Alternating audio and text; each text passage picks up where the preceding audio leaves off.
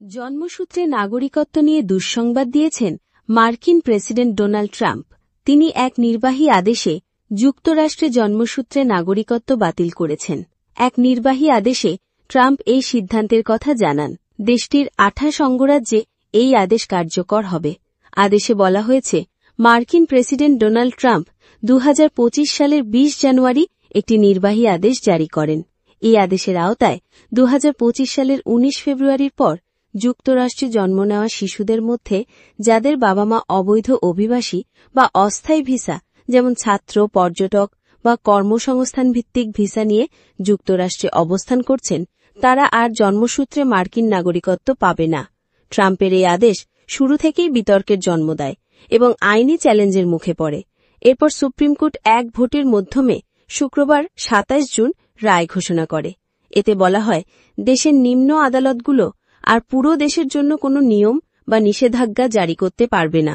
কোনো আদালতে শুধু যেই মামলার রায় দেওয়া হচ্ছে তার পক্ষেই সেই নিয়ম প্রযোজ্য হবে। সুপ্রিম কোর্টের এই রায়ের ফলে এখন পর্যন্ত যে 22টি রাজ্য এই আদেশের বিরুদ্ধে মামলা করেছে, সেগুলো বাদে বাকি 28টি অঙ্গরাজ্যে এই নির্বাহী আদেশটি কার্যকর হতে যাচ্ছে।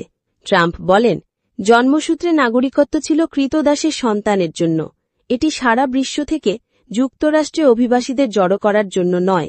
ট্রাম্প ক্ষমতায় এসে যুক্তরাষ্ট্রে জন্মসূত্রে নাগরিকত্ব বাতিলের বিষয় নির্বাহী আদেশ জারি করেন, কিন্তু পরের দিন এটিকে স্থগিত করে দেয় ফেডারেল আদালত।